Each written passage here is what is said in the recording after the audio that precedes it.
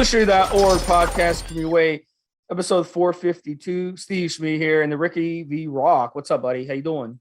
Hey, what's up, Steve? What's up, guys? How's everybody doing out there? Yeah, so this one we're gonna have a preview. We're gonna do a little intro here before we get into and play you guys the episode. Rick did an interview with my good friend on the forums, Dylan Gemelli, and in this interview, he picks Dylan's brain. Dylan's one of the most knowledgeable guys on SARMs. He's been working really, really hard, doing videos and writing a lot of stuff on SARMs. So if there's anyone to interview, it's going to be him in the industry. He loves SARMs. He's been using them for a decade, and he knows a lot about them. So you got into YK11 and some other SARMs with Dylan. Tell us a little bit about, why don't you preview a little bit before we start the show? Yeah, so YK11 and RAD140 are two SARMs that have really been interesting to me, two of the newer ones on the scene and comparison to relative to the other ones that we know. And I wanted to learn more about them myself. So I set up a quick interview with Dylan, and we went over YK11, RAD140, the differences, the benefits, how they work. It was episode number 34 and 35 of the Elite Fitness podcast. But for Evolutionary, I'm just going to put it together into one episode, one shot. And, we're going to listen to it now, Steve.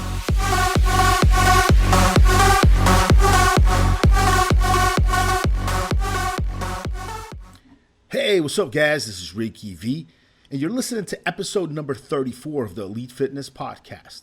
And today, we're going to talk to Mr. Dylan Gemelli about YK11 and RAD140.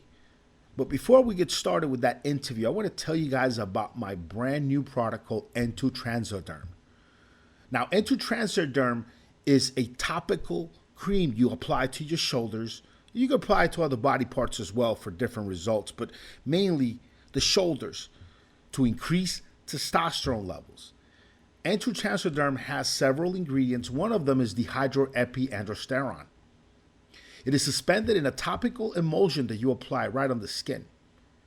Typically, you apply it to the shoulders just as you would a testosterone gel like, say, Exiron or Testim or Androgel.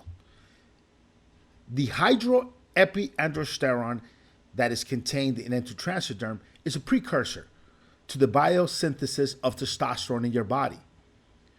When applied directly to this area of your skin, it increases your anabolic age. It becomes very noticeable very quickly. Because the dihydroepiandrosterone suspended in N2 Transderm is in an emulsion, then it passes directly through the bloodstream. This makes N2 Transderm much more effective at converting to testosterone than trying to take this as an oral-based product. One of the reasons you may have acne on your back as a teenager is due to the concentration of the enzymes in that part of the body responsible for steroid genesis. That's the creation of steroids, basically. Other parts of the body, like the abdomen, like your abdomen, say your abs, they just don't have the concentration of steroid-producing enzymes like the shoulders do. So when the dihydroepiandrosterone is applied to the shoulders, it converts first to androstenediol and then to testosterone. These two hormones are very anabolic. When N2 Transderm is applied to the shoulders, it will increase the rate of conversion into androstenediol, which acts as a cortisol controlling agent. N2 Transderm is going to be the strongest pro-hormone product you're going to be able to get your hands on over the counter. I designed it this way because, quite frankly, when you take this ingredient orally, your liver is going to do away with much of it. It's going to destroy it. And then what little does make it into your bloodstream through digestion, you have no control of what enzymes come in contact with it. So it could be converted into other hormones that are not going to be conducive towards helping you build muscle and get leaner.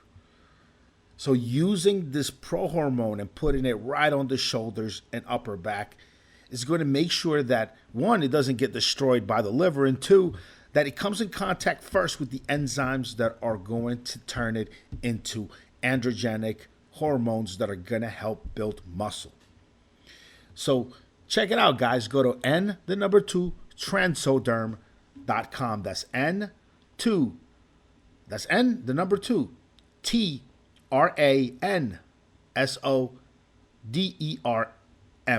N2Transoderm.com. Or you could just go to my website, needtobuildmuscle.com, and look for it. It should be right at the front, or just put it in and just put it in the search bar. You'll be able to find it. It's a great product, very strong. You're definitely going to enjoy it. Now, without further ado, guys, I promised the Dylan Gemelli interview on YK11 and RAD140, and we're going to get right to that. So let's go now.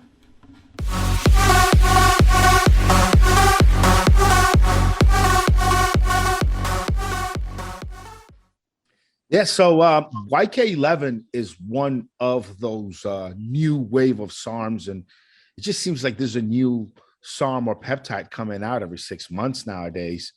And YK11 seems to have gained popularity rather quickly. So, what do you think about YK11, and where do you place it in comparison to some of the other SARMs and things out there?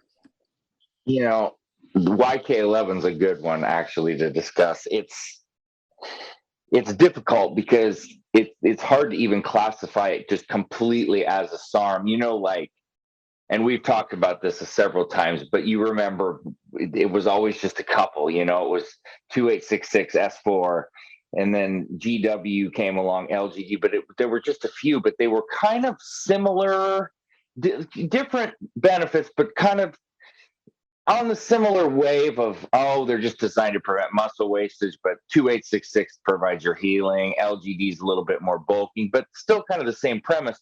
Then you start getting into these newer developed SARMs like YK11, for example, or even RAD140, not so much to YK11's extent, right? But they become more. So YK11 is a myostatin inhibitor, all right? And it behaves similarly to DHT steroids. It's kind of a completely different animal. And one of the things about me that you know well is I'm kind of standoffish with stuff when it first I want a year or two before I'm willing to get behind it or start preaching about it or start spewing facts, because when something brand new comes out, you can't just go, oh well, everything that's written about it or is said is true, when there's not. And it's not just studies, because studies are great, but you and I both know everybody responds to things differently. And then I want to see cumulative effects of, okay, like 30% of the people are reacting this way, or 50%, not just a few studies with 60 people that are randomly selected, or that are selected with a state of mind of, I want it to look like it came out a certain way. So I need time. That's why it took me a long time to even discuss YK11, to be honest. I used it. I think it's been about a year now. I absolutely impressed all the way around with it. Really, really impressive, for a variety of reasons. One of the things I'll tell you about it too is it kind of induces muscle cells to produce more follistatin, and that helps to inhibit myostatin in the body, which then results in more muscle growth, right? So there's a lot to it, man. There's you got to really kind of get into it, and I've spent a lot of time reading and watching and reading logs and seeing how people's blood work came out and coaching people on it. I still don't feel like I know it even as much as I've done with it, like I do with everything else. But those were out in 2013, 14. So although I know a great deal about it, that's one of those things I like to keep learning and watching, because it's only been 3, 4, 5 years. It's been more out there, and just the last couple of years, really, it's more prevalently used. So very interesting compound, though, to say the least, in terms of calling it a SARM. Yeah, it is a steroidal selective androgen receptor modulator. It does look like a steroid on paper, and apparently it acts a lot of the same way. Um, for guys out there that might not know this yet, when we're talking about myostatin, myostatin is what regulates muscle growth in your body. It's what keeps your muscles from continuing to grow and grow and grow. Evolution doesn't really want us to have huge muscles because you gotta then consume a ton of calories to feed those, and having high caloric requirements is not all that conducive to a species really being able to survive long term, especially with our body type. So myostatin is there to kind of make sure that muscle doesn't grow too big, and so that humans will stay as efficient energy wise as possible. So inhibiting myostatin is really the holy grail. Is what I think scientists and are going to be focusing on from the years to come, because that seems to be the best way, the best shortcut to muscle growth over most other things. Now, let me ask you this, and we've had this conversation in private before. I'd like to get other people to understand that. Why you said that YK11 is not one that you really recommend for women, or that you really think women should be taking. Why is that, and how would you compare YK11 to for women, right? As far as something like oxandrolone or Winstrol. Without further seeing many women use it, because if you search like around and look for women in YK11, you're not going to really come up with a lot here. And I can even tell you real quickly, because you just don't see many women that really run it. And something I'm and I've made this very clear in the past. I don't like women running any steroids at all, to be honest with you, not even Anavar. I just don't feel comfortable. I don't feel like women, not that they are, it doesn't seem like something, in my opinion, that a women should even be doing. It just seems to have much more effects on them. One of the things about YK11 that I did see about women was the kind of drastic changing of a menstrual cycle. I've seen total loss of menstruation, or very strange cycle behavior patterns. And it just has thrown women off kind of more so than anything I've really seen. The only other one that possibly does that is MK2866. And that's hit or miss with women.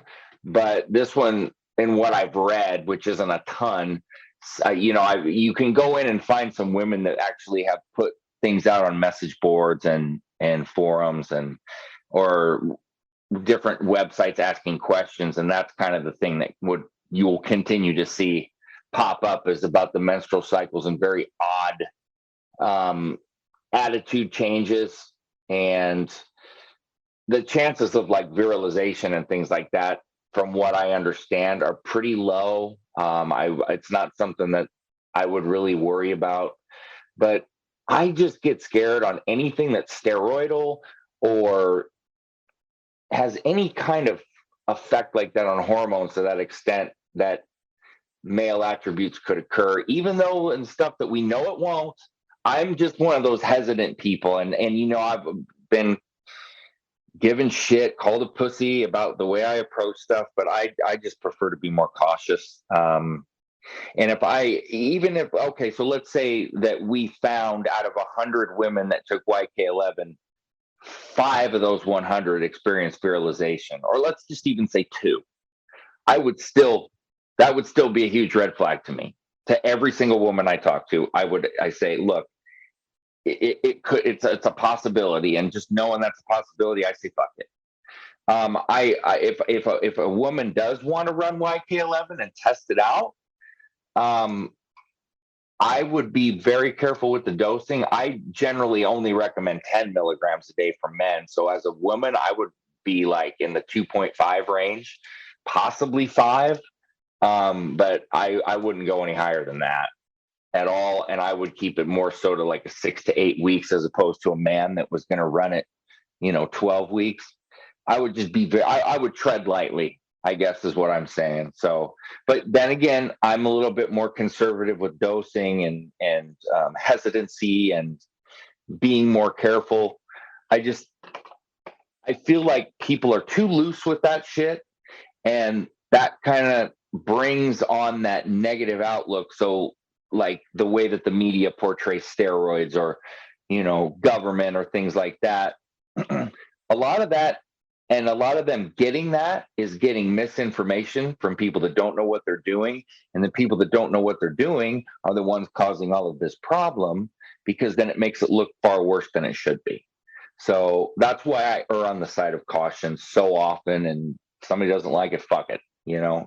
That's just the way that I am. So, but yeah, I would say be very careful and tread lightly if you're a female, if you're going to run it.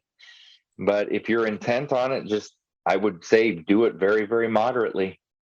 And one of the reasons this is a very soft debate about this, because I wanted to ask you, one of the reasons I don't think women out there should be using steroids, definitely not women who are just doing it for a hobby, who just want to gain muscle a little faster. It's because steroids can change your voice, and once you stop taking the steroids, all of those effects, all of those benefits from the steroids are now gone, but your voice still sounds not as feminine as it used to. Now, in the case of YK11, right, if we think or we know that it can build muscle somewhere along the lines of something like an Anavar possibly could, but it won't cause voice changes or enlargement of the clitoris or additional hair growth. Sometimes those hairs get activated and they'll continue to grow. And now this lady's got to shave in some additional areas that she didn't before the cycle, even after the cycle's all gone. So if we could say, hey, you're not going to have those issues with YK11, but you will have them with Anavar, which when I'm on the podcast, I say to women, Anavar is probably the only steroid I think any female should consider taking it if they really are taking. And obviously I make the distinction between just a female who's just doing it to look good as a hobby versus, a girl who's winning trophies, trying to win shit. And she's got coaches and she's got dreams and hopes in this fitness world. So I guess for the regular female out there who will want to dabble with something, why would you, or am I wrong? Maybe I'm answering myself. Or would you say, hey, if you're going to go as far as using Anavar, use YK11 instead? I mean, what is your feeling on that? I hope I asked a good question. I don't know if you understood it. Understood it. I was just sitting here nodding my head yes the whole time. Everything you said, I didn't want to interrupt you because every single point you made, top to bottom, I agree with. It's like it was like me talking, basically, and but we've talked about this, so we already kind of know that with each other. I'm in the same exact boat. I don't even like recommending Anavar to women. Rick, when I lived in Vegas, and I believe this was like 2013. I'm bad with my years. 2013, 2014. You remember when I moved out there? And Yep. There was a place that I used to go to Botox to, right? And I also went in there, I'd get massages and things like that. And so I'd see the same people there a lot in the waiting rooms. Anyway, there was a girl out there and she was in very, very good condition. You could tell she lifted too, not like a big bodybuilder, but anyway, she ended up figuring out who I was on YouTube and stuff after talking to me, and we started talking. She had used Anavar, and I'm not kidding you, like 14 months straight. And she had a complete meltdown internally. She was telling me all about it. No sex drive. It was bad. And she was wanting me, after she found out who I was, to kind of coach her. And I said, I don't think I can help you. Like, you need to see a doctor and go get that kind of help. That this is even something because at that time that's something I had never seen or heard of. So no, I'm with you all the way. And yes, if you were going to make a decision between YK11 and Anavar, I would feel 1,000,000% better about you going with YK11 as a female, because I really don't see and haven't seen zero reports of any type of virilization, male attributes. And what you said was one of my main arguments against Clen. You use Clen, you lose weight right there on the spot. Of course, Clen's powerful as shit. But one, you can't stay on Clen long term. We all know that. Two, it's got negative short and long-term effects on your fucking heart. And three, a lot of people end up gaining more back after they're done than they actually lost. And like you said, well, when the steroid effects were up and you don't have the same results, but you still got all the side effects, then what? So it's like you weigh the risk versus reward, right? That's what I tell people with Clan all the time. How can you possibly fucking tell me that losing weight for 3 to 4 weeks is worth all this other nonsense that's going to go on that could fuck you up long term and make you in worse condition than you already were? Explain that to me. That doesn't make any sort of sense. So I agreed with every last word that you said. Everything. Yeah, I guess for women, I mean, we know on the flip side that there are better things. If they're trying to lose weight, GW is not impacting on their hormonal pathway, so sex hormone pathway. Ostarine might be a milder, better option if you're going to go with androgen receptor activation. Ostarine might be a safer option than YK11. So there are definitely safer options out there. But I guess, I got my answer. I mean, if it was a toss-up, if it was a decision between Anavar and YK11 for this female that is just hell-bent on doing something, YK11 would be the safer, better option, short and long term, it seems like. If you ask me 10 times, I give you the same answer all 10 times. If that tells you anything. And it would be go with the YK11 for sure. Every time. Doesn't matter. You could reword it, rephrase it, fix it up, roll it in a fucking ball. I'm going to answer it the same way every time. So let me ask you a little bit more about YK11 and the actual applications for it. Now, let's say I'm a male trying to put together a good cycle, and I might do let's say I'm looking to cut. Let's say I'm looking to cut, which is a little bit out of season for the time of year, but I've been doing plenty of content on bulking recently. So let's take the cutting route on this one for now. I'm trying to cut. What would be a good way to incorporate? Let's say I've already been using steroids and I feel really good on primobolan, and I do pretty good on I don't know, Tren, Masteron, and I want to add an oral to the mix. And my options for adding, let's say I want to add an oral to the mix, like YK11. So put together for us, help us put together with the guys out there a good kind of cutting stack or maybe recomposition stack using YK11 as your oral, and maybe some injectables, steroids as your backup. And if there's definitely more SARMs that should be added, we can definitely discuss it. But what would be a good way to incorporate it and bring together YK11 with some of the more conventional steroids we already know for a good cutting or recomposition cycle? So you already know the kind of cycles that I like. I like test Primo and Anavar, or test Primo and Winstrol, or test Primo and basically anything, right? And the first thing that comes to mind is test Primo YK11. That to me would be just a sweet stack. And I would go a step further and add RAD140. We're going to talk about that later because I'm absolutely blown away with that. GW for me is always going to be my favorite due to my running and but let's just forget that. Let's just remove that. S4 has always been my favorite. I think RAD140 might have taken that spot, but we'll talk about that later. But I think that if you went test Primo, YK, and RAD140, and if you only want to do just the YK, it'd be great. But if you add the RAD, oh my gosh, it would be That would be my first boom. That's right there. And then I think that cycle would do just amazing. Absolutely amazing. Now, if you want to go for a bigger recomp, well, then you would want to go test Deca Primo with the two SARMs. That would be even better. I love the test Deca Primo combination. That's just, and I've actually done videos on that combo.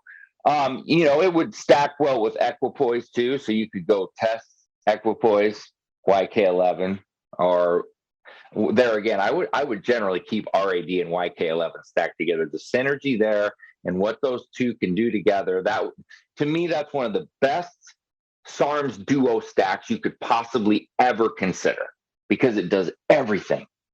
Every damn thing is covered with just those two, literally.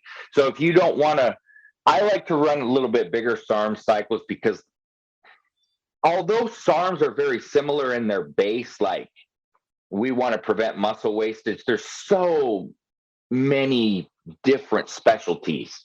So, like with the muscle hardening on S4 and the vascularity, right? The myostatin inhibitor with YK11, but then also there's other things YK does in terms of the muscle hardening, which then in turn feeds off of the S4, right? So there's a lot of different stacks here that I would prefer, but if you want to keep it nice and simple, YK and RAD140, and you're just gonna, man, I'm telling you, I stick by that all the way. That would be the stack. Are there any benefits that maybe people don't understand of using YK11 on a deep caloric deficit? Let's say, we know Primo for years has been, the bro science behind it is that it may be the only steroid that allows you to gain some muscle mass while on a caloric deficit. Is there something similar that you've seen happening with YK11? Or I'll give you another quick example. Trembolone, if you're trying, and Superdrol, if you're trying to bulk and gain mass, you got to eat plenty on those, or your results are going to be negligible. There's some steroids, some of these compounds where your caloric intake will really dictate if you can get the most out of it. I'm not too familiar with YK11. Shit, not a lot of people are. What is the relationship between caloric intake, say, and YK11 and the way it works? Oh, you can eat in a deficit with YK and still hold and gain muscle. Obviously, we know you're going to gain a lot more muscle if you're not in a deficit and you're eating and feeding properly. But here, for instance, I'm not even using YK11 right now on my cycle. I'm doing S4 RAD140 and GW and ACP 105, and I eat in a pretty significant deficit just because I would have to. Rick, if I wanted to just eat at maintenance every day, I'd be about 4,000 calories based on what I figured, because just on cardio alone, I do almost 2,000 calories a day. It's like 1,700. And then when you factor in how hard I'm fucking lifting now, and I've still gained 10 pounds on this cycle. Now, I will say in fairness, I had lost a lot of weight with stress and things. So some of that I should have had, but my point is you can get away with a pretty large deficit with a lot of different SARMs and still not only hold muscle, but still add it as well. And YK would, if you were asking me to pick the best ones to do that with, YK would be damn near at the top. Damn near at the top.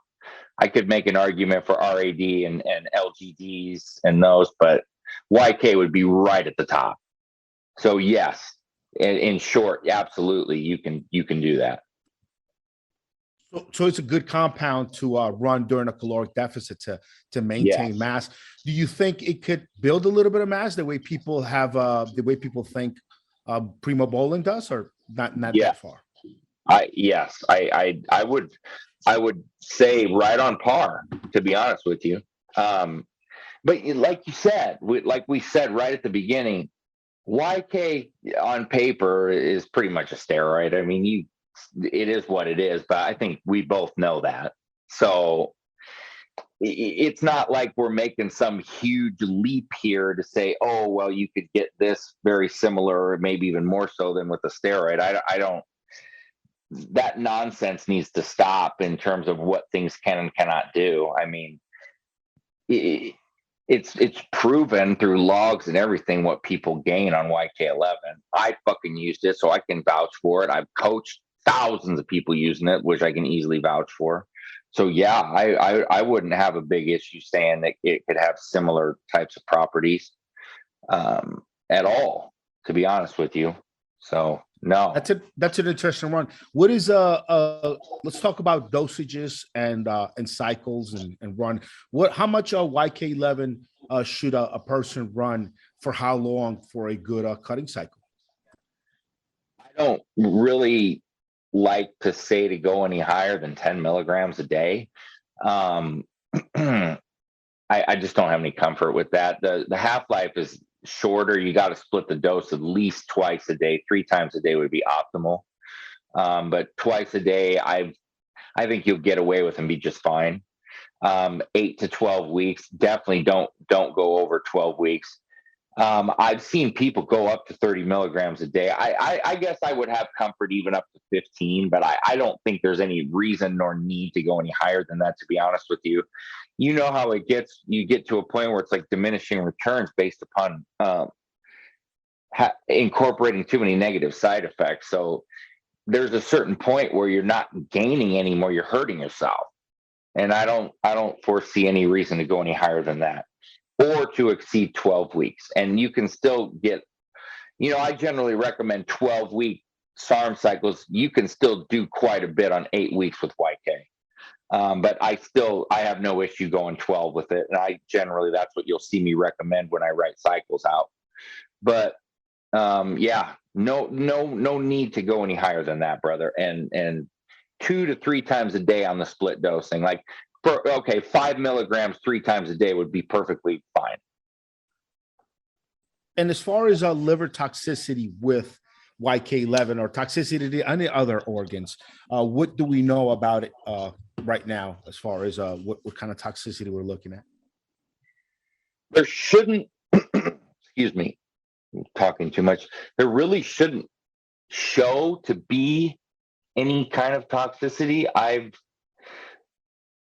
basically, anecdotally, it's shown to have a little bit of increase in liver enzymes. Nothing else. Like, I haven't seen. I will bring up the hair loss. We didn't get to that. I've seen reports of hair loss with people before, but then again, that's if you're very, very prone to MPB. But in terms of toxicity, I've seen some people have some elevated liver enzymes. Not a lot else in terms of like blood pressure or cholesterol, few and far between on that. But I don't think it's ever a bad idea to run protectants. And this is not a shameless plug, because I've been doing this for how many years, but I just run your Entugard, and people don't realize the importance of protecting yourself, and that any kind of performance enhancing drug could potentially negatively have an effect on your organs. Even if they're not like toxic, they could still in some way, even if it's slight, and it never hurts to protect yourself. These aren't like alkylated steroids here, so toxicity of any kind is not going to be like with methylation and things like that. But I still think it's smart to protect yourself no matter what. And just knowing there's a possibility there of liver toxicity, you should be protecting yourself. It's a no-brainer in my view. So any other major side effects someone could experience from YK? But let me just reel it back. So 10 milligrams a day is about as much as you want to do. If you could split that up into 4 times per day, that would be ideal, because it has a short half-life, correct? 3, you could go 15 if you want, 5 milligrams 3 times a day, or if you want to keep it a little lower, 10 milligrams. 3 times a day would be optimal dosing. But like, for instance, S4, 3 times a day would be optimal. I just do it twice a day, always have, and have always had tremendous results. I don't think it's that short of a half-life like SR 9009, where I recommend dosing it so many times a day, but 2 to 3 times a day is fine. That's great. Now, as far as other side effects, what other Yeah. side effects, external or internal, some that can be seen or some that aren't quite seen or felt, should someone be concerned with when it comes to YK11 use? I've seen some aggression reported with it. I don't remember getting real aggressive on it myself, but I was dosing it moderately.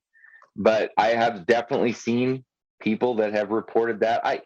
Some of the things that I've seen too were some like kind of like joint weakness, tendon weakness in some people, not a ton of people, but some people, hair loss, like I said, and then testosterone suppression, not to the extent of a steroid, but it's present. You're going to need a PCT.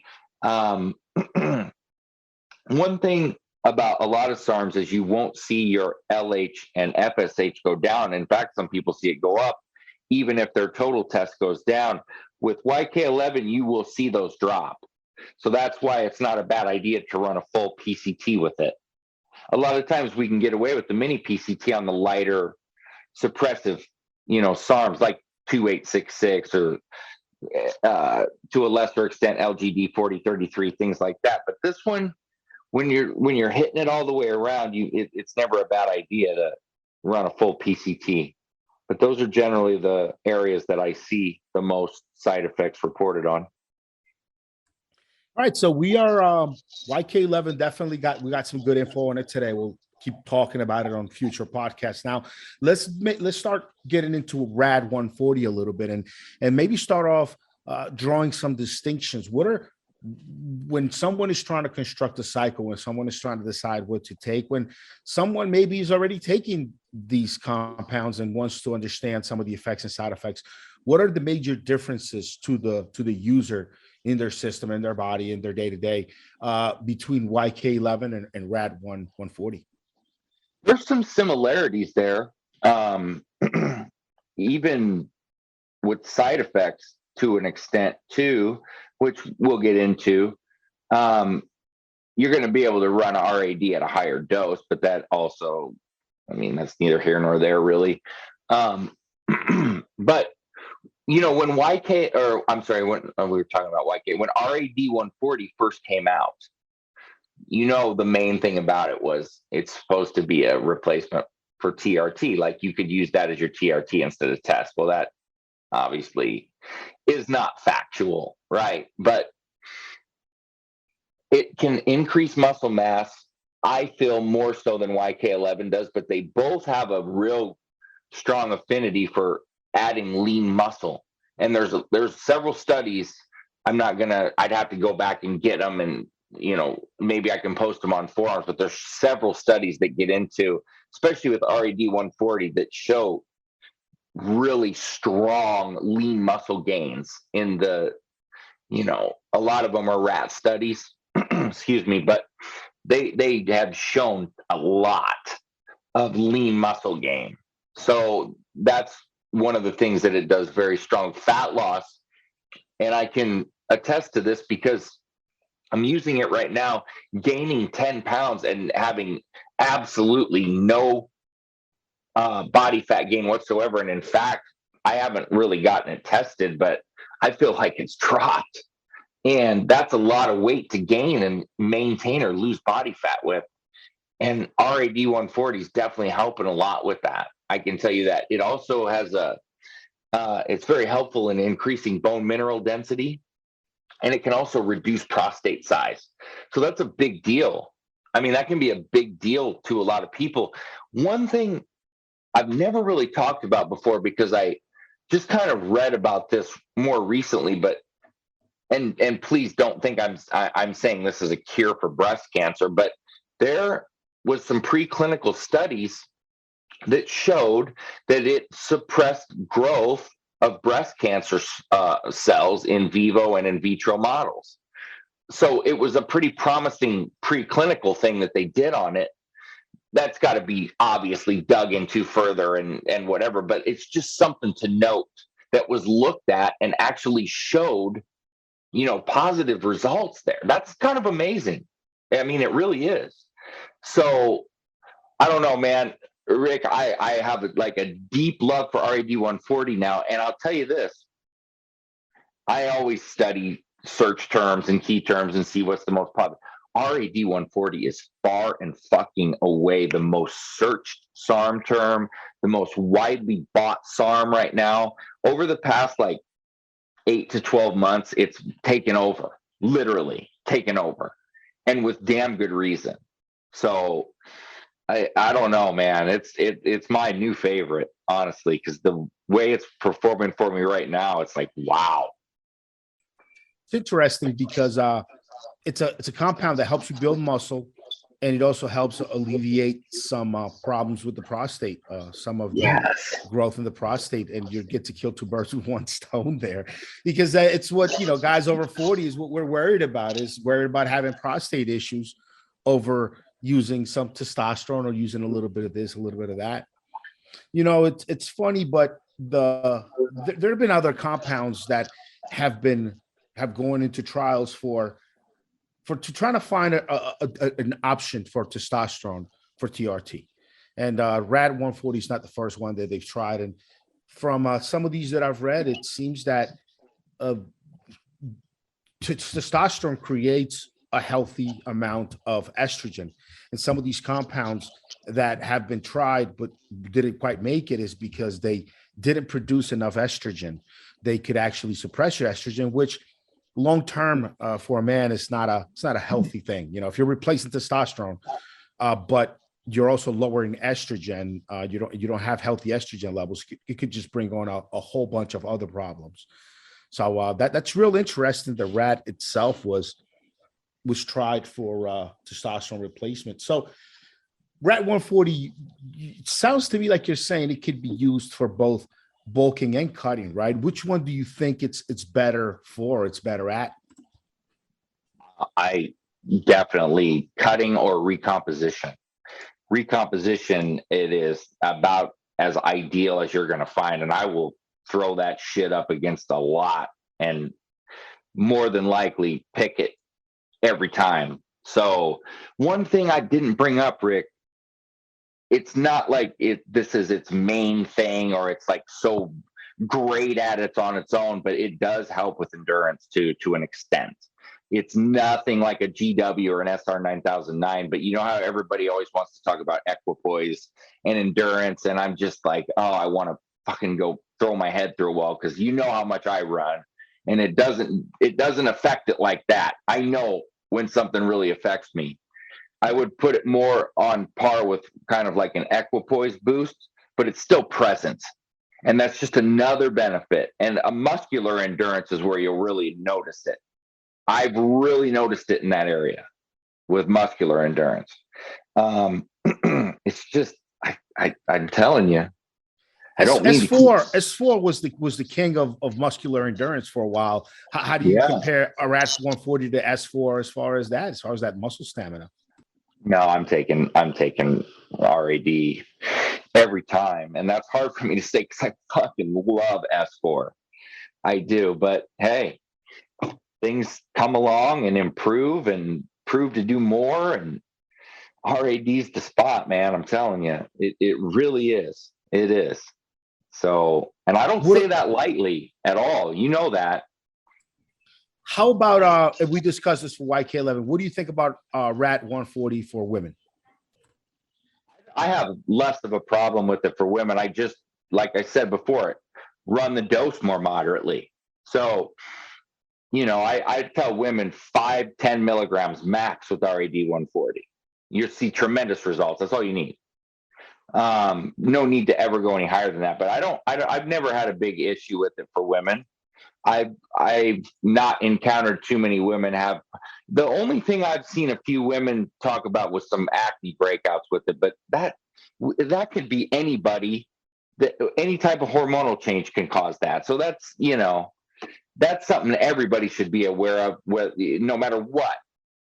But I haven't run into too much other than that personally, or read about. So I would definitely pick it over YK11 for a female. What are some of the major side effects or the major concerns anyone should have while taking RAD140? Well, the testosterone suppression, I guess, should always kind of be brought up first. It's not. YK11s would be worse than RAD140s for sure.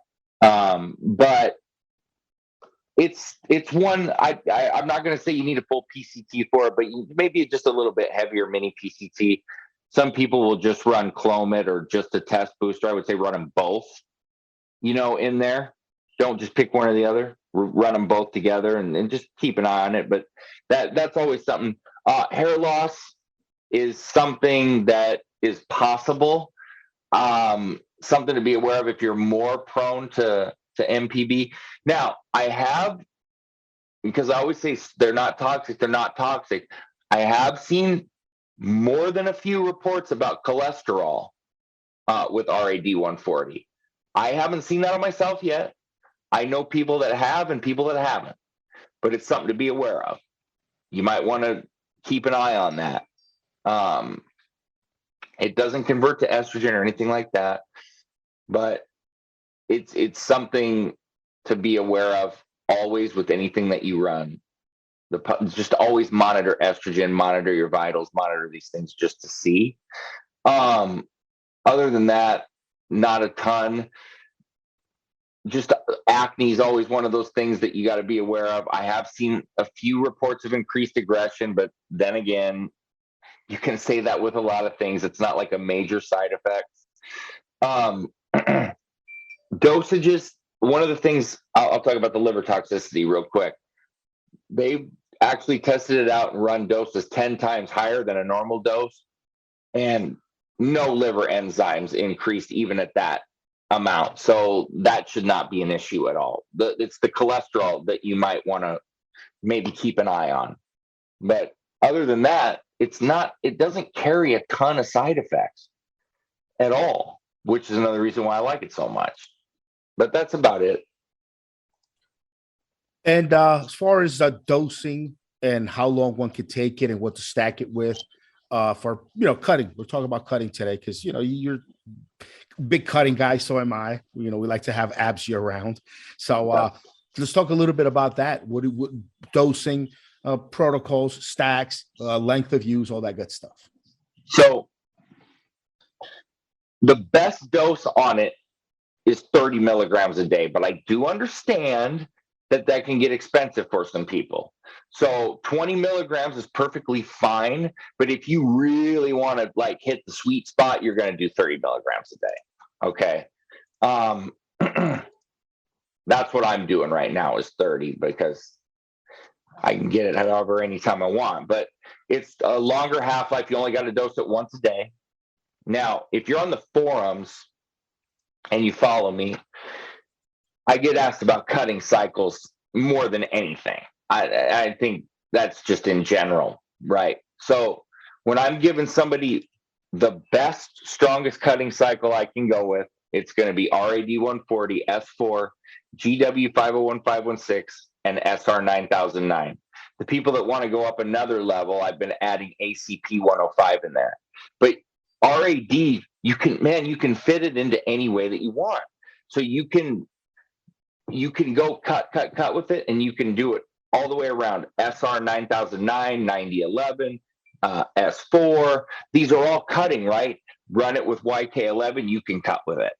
I mean, it's awesome what it can do. When you've got compounds that are that versatile, you can run them in so many different ways and kind of make it work how you want to based on your diet and training. And RAD140 is like the best compound for that. I mean, it really is. I could go on and on with different stacks and cycle plans, man, literally endless. So it's just any way that you want to run it, I can set you up a stack. It's badass. What are some of the benefits of our RAD140 that maybe are better or that outdo some of the older conventional steroids like an Anavar, like a Winstrol for its purposes? Like, why would you? Because I'm sure from the sounds of it, it sounds like you would, if you had a choice between running Anavar or Winstrol, RAD140 in a cutting stack, you'd probably pick the RAD140, even though you kind of don't have to make a choice. You could use them together. But let's say you had to. Yeah, let's say you had to. What would be the reasons for that, just for people out there that are listening? Okay, so here's the arguments I can make. I'm just going to go ahead and play it both ways because I love them both. And I think I should always, if I want credibility, give you the arguments for both sides, right? So let's say we were going to go on the Anavar side. I think that, well, actually, I don't think. I know Anavar is going to give you more vascularity. It's going to give you more muscle hardening. And that's not to say RAD140 is not going to give you all that, because it is. But if we're going to pair them against each other, you're going to get more with Anavar. You're going to get probably a little bit more strength. Because I can tell you right now, and you know this too, because you've used Anavar enough, that bullshit narrative out there that, oh, Anavar's weak or it doesn't do this, that's fucking nonsense. Anavar makes you very fucking strong. You can gain, you're not going to gain 15 fucking pounds on it, but you can absolutely gain 5 or 6 pounds of lean muscle on it. And it is very suppressive and toxic. So that is all a bunch of nonsense. But anyway, you're going to get probably a little bit more strength. Size wise, I would say they're pretty similar on what you can get from them. RAD140, you could probably get a little bit more size with than Anavar. But I think that explosiveness, strength wise, I think you're going to get more with Anavar. There's just something about being on a fucking steroid that induces that extra strength. Like, you definitely know you're getting way more strength with SARMs. Like, you know for sure you're on something. But I think that when you're on a steroid, there's something different that you feel. And so if you want that feeling, you're going to go with Anavar first. Here's the argument for RAD140. You can run it longer. So Anavar, you're going to want to kind of cap at 6 weeks, 8 max. I'm never going to run an oral 8 weeks, but that's just me. Well, with RAD140, you could go up to 14 to 16 weeks if you really want to push it. You're not going to have the toxicity that you're getting from Anavar. So the side effects are going to be a lot less. You're not going to get the possibility of like muscle pumps, or like somebody like me that in the past has gotten shin pumps and pains from orals and things like that really could affect you potentially in a lot of different ways, or back pumps. I feel like a lot of times it's easier to get injured on a steroid. It's harder on your tendons, ligaments, joints, things like that you really wouldn't be dealing with RAD140. Winstrol specifically, Winstrol especially will fuck your joints up if you take it long term, high dose. Absolutely, and that's something you're not going to have to deal with. All of the toxic effects, that you're getting from Anavar, you're not going to worry about with RAD140, and so there's arguments both ways. RAD140 is going to definitely still add muscle and vascularity. The Anavar is just going to do it better. But, you got to weigh out, do you want to deal with this, this, and this? Or maybe get a little bit less in this area, but not have to deal with this? Like, what do you want? What are you willing to deal with? Do you trust your source? How much money do you got? There's a lot of stuff that factors into that, right? So, but that's arguments both ways I can make easily, but you know where I'm going with it. I just fucking stack them together. But if we have to pick, we got to make those arguments. Yeah, definitely. Those are very, very, very good points. Well, these two are some of the newer, I would say new ones, but they're not so new. They're not so new that we've had some experience with them. People have used them. They're in the market. So they're not that new where we're the first guinea pigs, but they're also new where they're not your old Austrian and GW that've been around now for over a decade. So Those are interesting. There are definitely some new SARMs on the market. It really seems like every 6 months there's a new letter with numbers coming out for people to try out. And I'd like to have you back again in a couple of weeks, maybe a month, to talk about some of the newer SARMs that you've seen out there and what people are using. Yeah, I mean, I'm using the ACP 105 now, and then we can talk about like LGD 3303. We got, SR9011, RAD150, some of these newer ones like the RAD150, for example. Well, the difference there is that the 150 has a longer half-life. So that's the main difference on it. So longer term, it's nice. Like, and for SR 9011, they have supposedly made that to be more bioavailable. We can get into that bioavailability nonsense argument some other time, but there's tweaks that are being done to try to, get these more marketable or more easily used. So we'll go over all that, but just a couple things to throw at you that I've picked up on and kind of, learned along the way. Well, we've what I'll do, Dylan, is I'll schedule to have you back for Elite Fitness episode 40, which for episode 40, I'm doing a nice big episode to just commemorate our 40th episode of the Elite Fitness podcast. So I'll make sure to have you back. And any of you guys listening to this, if you are listening to the episode as it just came out, then you can tell that by numbers, episode 40 will be coming up. It'll be in about a month. It'll be ready to go. If you are listening to this episode months after it came out, then you can go right now and look for episode number 40, where Dylan will be back and we'll discuss some of the newer kind of cutting edge SARMs, the new ones that are on the market that are just hit and that we're just starting to learn more about. Dylan will educate us on all of it. So Dylan, a pleasure as always, man. I really appreciate your time. Thank you very much for your knowledge and for sharing everything with us.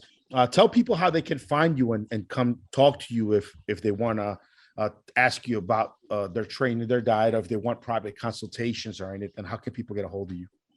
Yeah, it's very, very easy in a multitude of ways. So the forums is the easiest because I'm literally on there 7 days a week. So evolutionary.org, isarms.com, elitefitness.com, anabolics.com. To the forums, just look Dylan Gemelli. You can email Dylan at isarms.com and then make sure the YouTube channel is being rebuilt. There's already a ton of subscribers, ton of new content. It's PE Fitness, or you just type in Dylan Gemelli and it'll pop up. But PE Fitness, that's Performance Enhancement Fitness. So multitude of ways, very easy to get me, very accessible. And we love to have people on the forums, especially come in and learn, and we all educate and help. So those are great spots to come. Hey, man, thank you very much for everything you do for the whole community, brother. I'll have you back again, episode 40. You guys out there, if you hear this when it was released, wait for that. If you are listening to it months later, then go right now, episode 40. Dylan is back to talk about new SARMs. Hey, have a good one, brother. You too, bro.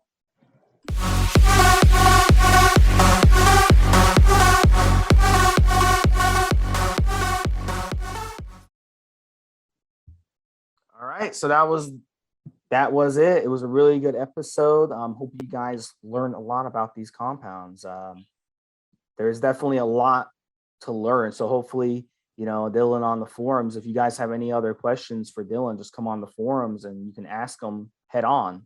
Evolutionary.org. You could ask Dylan any questions you want out in the open. A lot of guys do, and you'll get some answers. Yeah, and these compounds, there's not much information out there about them. So this is really, I consider it kind of like early insider information, because the very few information we have on these SARMs, like YK11 and these other SARMs, is it's just not very accurate. So getting the good information and getting the accurate information is really gold. It's in my mind. So this is something definitely that you guys can learn from and be able to use it as a weapon as part of your fitness journey. And that's what we aim to do on this podcast. Give you guys these little insider tidbits on this stuff, and we'll have much more coming your way for sure. All right. Anything else, Rick, you want to add before we close it up? Yeah, for sure. Have Have a good one, Steve. Have a good one, guys. All right. Talk to you next time. Take care.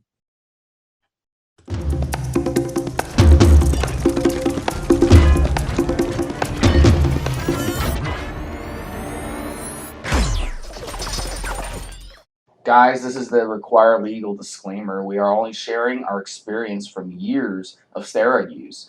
We are not doctors, and none of what we say should be regarded as medical advice. Always check with your doctor before taking any drugs or starting any training program.